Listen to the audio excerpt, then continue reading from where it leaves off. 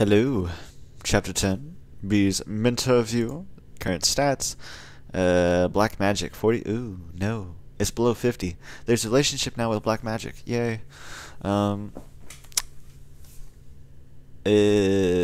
don't think anything's really changed. Oh no, my power went up by 6. Haha, my health went down by 20. And my money went down by 6. And my legend went down by 2. What the fuck? Ow. Okay. You dodged the tentacle arm. Ooh, just in time. Leaping back on the nearest roof and catching a glimpse of your attackers, 4 robotic creatures that remind you of automatic pool sweepers.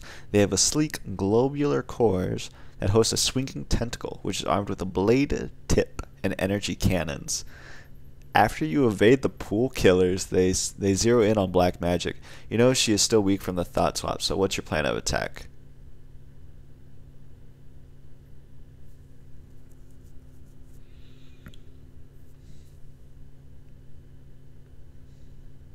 Oh, give me a sec here.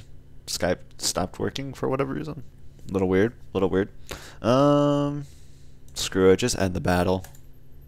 You build a powerful surge in your forearms, knowing one large blanket blast should be enough to disable the pool cleaners. Soon, feeling ready to burst, you let the energy loose. However, instead of one wide blast, a massive pulse emits from your entire body. The black energy wave still incinerates all the pool killers on contact, but was way overkill. Even Black Magic has to shield herself to keep from getting scorched. What the slugger? That's the second time your powers have surged unexpectedly like that. Looking down at your smoking forearms, you wonder why this keeps. Efficient display dunce, Black Magic. What a harmonious power set you have. It really does instill confidence in your abilities. Are you making fun of me? What were those things, you asked, just wanted to change the subject from your power flare. How much did I lose? Oh my god. I lost 30 power. I have no idea, but I bet they are present for Meta Vice. She says, whatever they are, we don't have time for this. I just have enough spell power left to get us back to the Millennial Group HQ. I can recharge and do the ritual on the till lock there. You coming? Of course. Stand close to me, Black Magic says. You have no trouble doing so. You're about to put your hand on her arm when she says, Portran's quarter's head.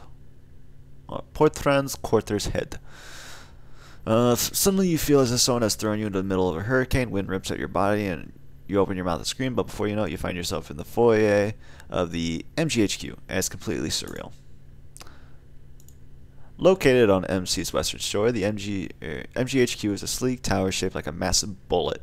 Currently you stand in a dazzling white foyer overlooking the ocean. The walls are lined with wax-tech statues of every Millennial Group member, dating all the way back to the original roster. Like Superman and Batman and the Flash and Wonder Woman and Aqua, just the entire Justice League's in that back corner there, just giving all hail to this current one. They were the enders of World War III, I guess. Maybe. Depends on what timeline you want to go into. What you would give to have a statue like that someday. Come with me, Black Magic says, walking towards a bank of elevators. You snap out of it and follow your eyes, catching a holographic map of the headquarters. You look over on the map, settling on Power Star Dining, Recreational Wing, Hospital, Detainment Block.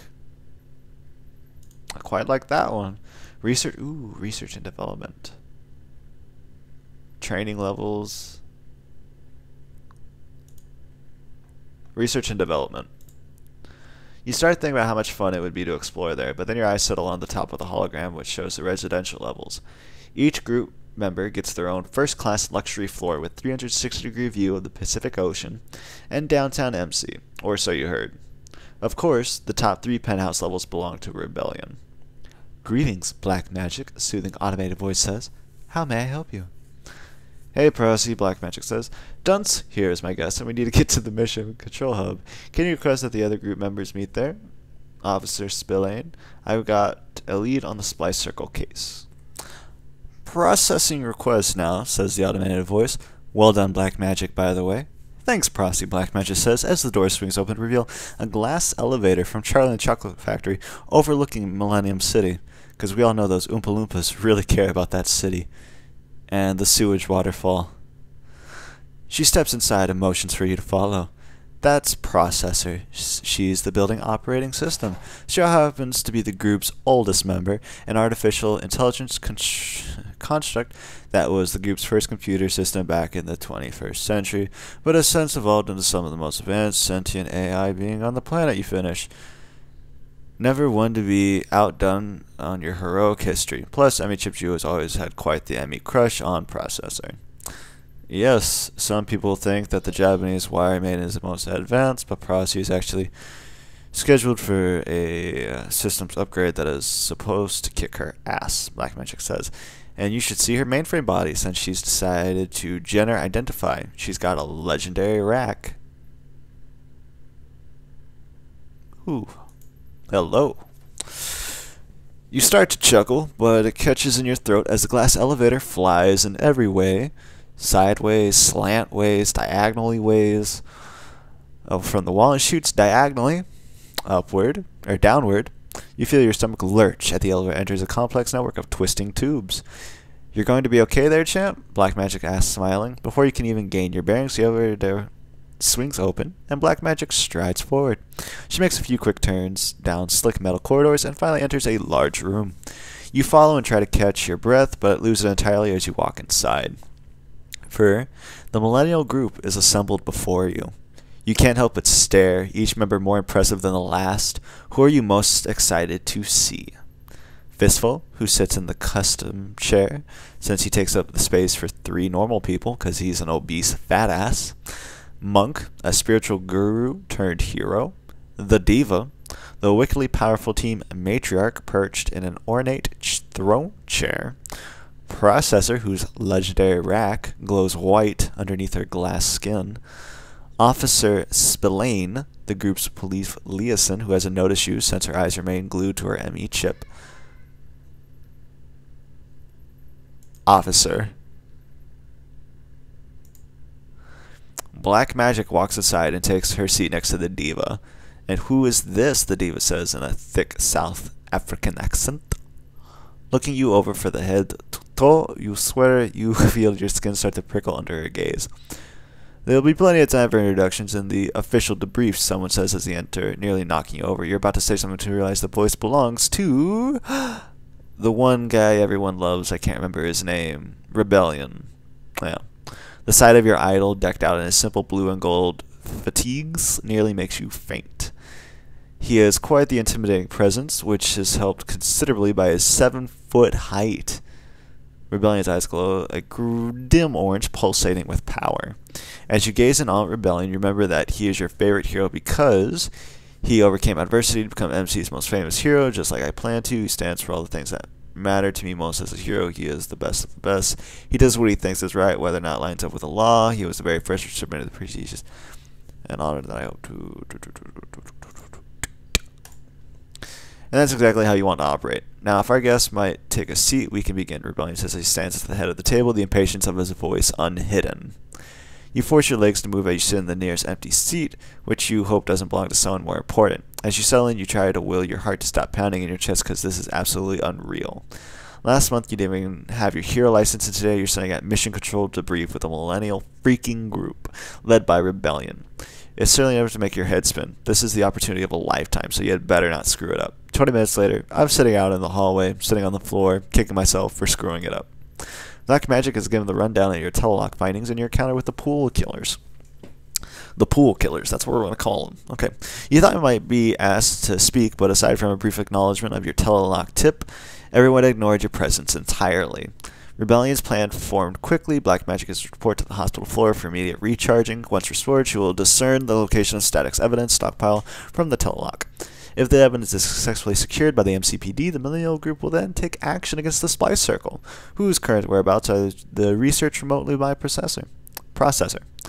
You hoped you might get a chance to introduce yourself to Rebellion, but he was out of the door before you could even stand up, followed by Officer Spillane, who sent you a rather dirty look on her way out, which was the only one I was actually interested in looking at because I wanted to become goody-goody with the police again. You dreamed of meeting Rebellion for years, rehearsed speeches and introductions, but this all turned out to be rather anticlimactic. Now, as the other group members begin to stir, You have no idea what you're supposed to do. Luckily, Black Magic approaches you on her way out. Stick around, she says, placing a hand on your hip. Things are about to heat up. Everything has happened so fast, you barely had time to think about what you really wanted with Black Magic, but now, with her standing right in front of it, you know what you want. Who knows? I don't know. You don't want to assign any labels of pressure or things. You'd rather just see how it plays out on its own. What should I do while you're gone, you ask? The other group members will probably just hang out around until our next order, Black Magic says, leaning into whisper in your ear. Go talk to them. Consider a part of your minterview, as they call it. Before you can respond, Black Magic winks at you and strides towards the door. You didn't think I brought you here just for giggles, did you? Play nice now. What? What? With that, Black Magic leaves you with the rest of the group, so you aren't here to help, you're here to audition for the Millennial group? That's insane. Why on earth would they want a rookie like you on the team, especially with your brief but miserable track record? Indeed, why would they? It's not like I have anything going for me, unless my parents were some kind of like big old freaking hotshots, which I guess they were. But then they got incarcerated, so I don't know. You know without a doubt that you won't be a part of a community of heroes as prestigious as the Millennial Group, but you certainly learn that it's useless to obtain opportunities that you're not ready to handle. Knowing this, who do you think you should talk to? The diva, whose megasonic voice makes her one of the most powerful women on the planet, now in her early 60s, for nearly 20 years, her first possession as cardiac surgeon was taken over by advanced robotics, the group's most respected and feared members. Monk, a former spiritualist turned playboy hero whose raunchy transformation has been displayed across the hero tabloids for years. General Neutral Zahir still adheres to his hero vow of silence, mostly because focusing hero vow's telekinetic powers requires full concentration.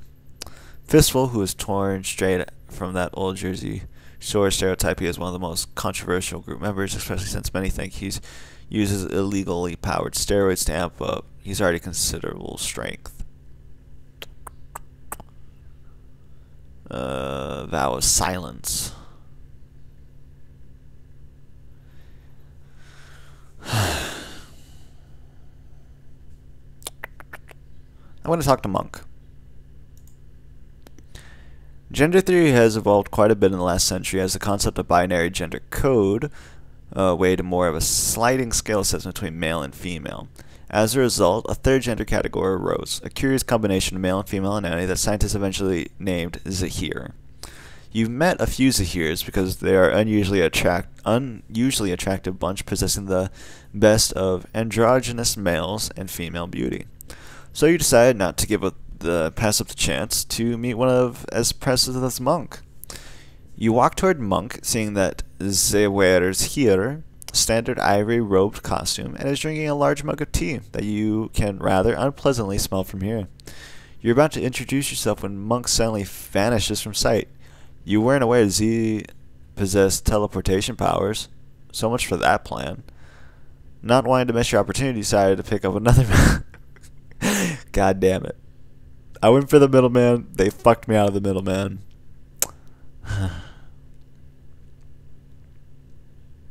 Let's talk to Diva. Fuck it. You approach the Diva with caution. You remember your mother telling you the worst stories about her since they both had vocally based powers. The sound of the Diva ended up bitter rivals. As a matter of fact, your mother always thought that the Diva was the reason she and your father were never invited to be part of the group. Diva? You say, trying to keep your voice steady. Do you think I could walk with me? The Diva says before sauntering out of the door. You hurry along to catch up, studying her as she goes. The Diva's long black hair cascades across her flawless caramel skin. She has chosen to wear her House of McQueen costume today. Every major fashion house has taken a stab at her iconic costume during the past 2 decades. The Diva's closet houses a collection of some of the finest costume couture ever created, while the styling of the costumes vacillates wildly. They're always in her signature colors, white and gold, with a bold splash of pink.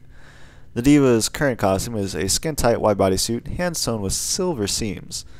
The bodysuit serves as a clean template to feature a structural dark pink collar that jets into the air in a sharp, asymmetrical a symmetrical tower. The color labels the curve down into a point at the waist, creating a striking shape. Taking the costume in, you decide to speak up. I love your costume today. You're going to change that costume for the mission, right? Diva, where are we going? Where are we going? The diva takes a moment to glass bag you, then continues walking without a word. You follow her for what seems like a long time, through corridors, upstairs, downstairs, all without a word uttered in your direction. You finally arrive at the diva's residential floor, and she walks inside and waves her ME chip, not bothering to hold the door for you. You slip inside and find the space is decorated impeccably. The perfect mix between a Park Avenue apartment and the Hamptons beach house, or at least what they look like in the Hollow movies. There's a lot of white paneling, traditional furniture, French doors, and hydrangeas. Do take your shoes off, darling, Diva says. Glad you could keep up. I hate those wretched elevator traps. You pull off your costume's boots as quickly as you manage to trail after the diva, noting that she still hasn't removed her own stilettos. She finally stops in a palatial bathroom suite, which appears more like a fully functional spa, considering there's a staff gathered to tend to the diva. Come, sit, darling, the diva says to you, perching herself in a luxury recliner. Hair, makeup, and massages are always necessary before public missions. Now remind me, who are you again? I'm Dunce, I say, forcing a smile. I'm Dunce, I start. Don't worry, my grandma has trouble remembering my names too. Dunce, I say flatly. Dunce, I say, forcing a smile. I'm not going to call her my grandma. That's going to piss her off. Dunce, I say flatly. I say in a fake accent. Just force a smile. The diva doesn't respond, evidently expecting to go on. I'm here to help with a static case because, yes, I'm sure that's a fascinating tale. The diva interrupts, closing her eyes as a mascara brush descends upon her face. But why are you really here? I don't think I understand. I'm always rather charmed by slowness. You bitch. A stretch of silence ensues that is only broken by the sound of a curling iron hissing across the diva's hair. All group members have the pleasure of bringing in new recruits. But the poor dear doesn't seem to have rather interesting taste, Diva finally says with a sigh. I never expected her to bring in anything quite so stray. Is the diva talking about you and black magic? You had always heard that black magic was a bit wild, but you never gave much credit to the rumor mill. Apparently you should have. While the thought of black magic and the diva together is rather exciting, you're not about to let the diva walk all over you. Still, you're a team player, and you want things to go well with your interview, so your decision is as good as already made. Play the diva's game. It doesn't matter if I like her. It's just important that she likes me.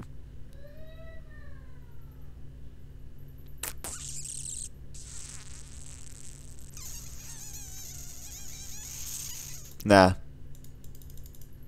I can't choose it. I have to be a pussy? God damn it. Well, I'd sort of argue that there are more than enough black magic to go around, but I'm happy to concede her to the world's most enrapturing heroine, if that is your wish. Hey, if the diva needs to mark her territory, you're happy to let her spray wherever she may be.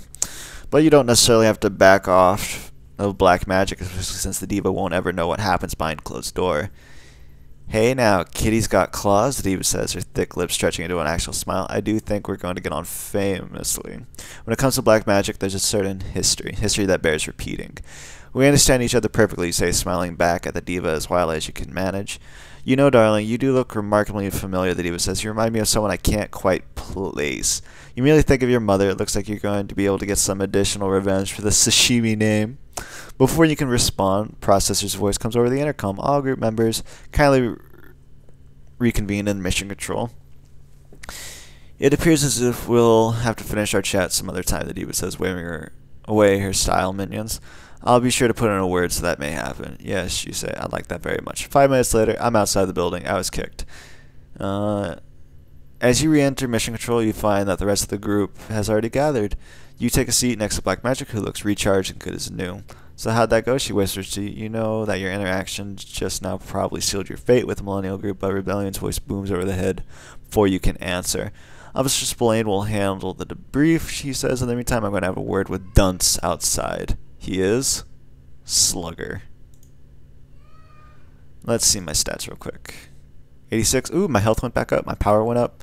My legend went up by 3. Oh my god. Millennial Group is at 80%. Oh, baby Jesus. Wait. 52 black magic went up by... beautiful. Yep, we're good. So with Rebellion, your pulse begins to race.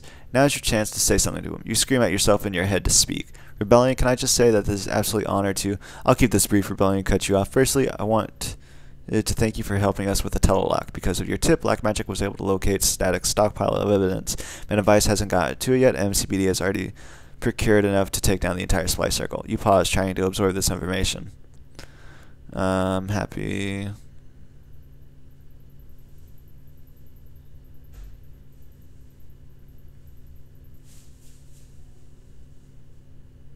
Next. Who cares about one case? If you play things right, this opportunity might lead to much bigger and better cases. But you push that thought from your mind as Rebellion continues. The Millennial Group has been tasked with bringing in remaining splice generals, which is exactly what we're about to do. But there's something else. Our PR department has decided that adding an aspiring rookie to our ranks will help boost our image and help us gain a younger following. It's all nonsense to me, but I'm not opposed to bringing a promising amateur to mentor. We've been auditioning many young heroes, and as thanks for your assistance, I was thinking of including you in the mission. Holy slugger, you think Rebellion is thinking of asking you to fight alongside him, to maybe even mentor you? That is too much to even process. And you really seem like a team player, Rebellion says, so you can join us in the Splice Circle mission. You can hardly believe your ears. Did your idol just tell you you've been fighting alongside him with MC's greatest power team?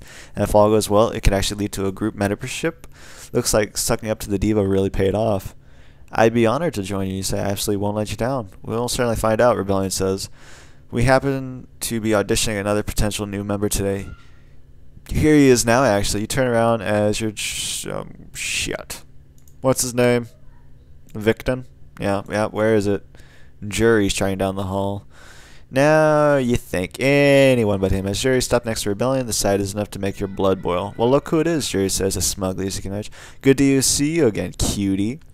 We've got to get going, Rebellion says, turning to re-enter mission control. May the best hero win. As Jury follows Rebellion inside, he winks at you and mouths, "You're going down." Oh yeah? Game on. No one is taking this opportunity away from me, especially not a Victon. Next chapter. The Splice Girls.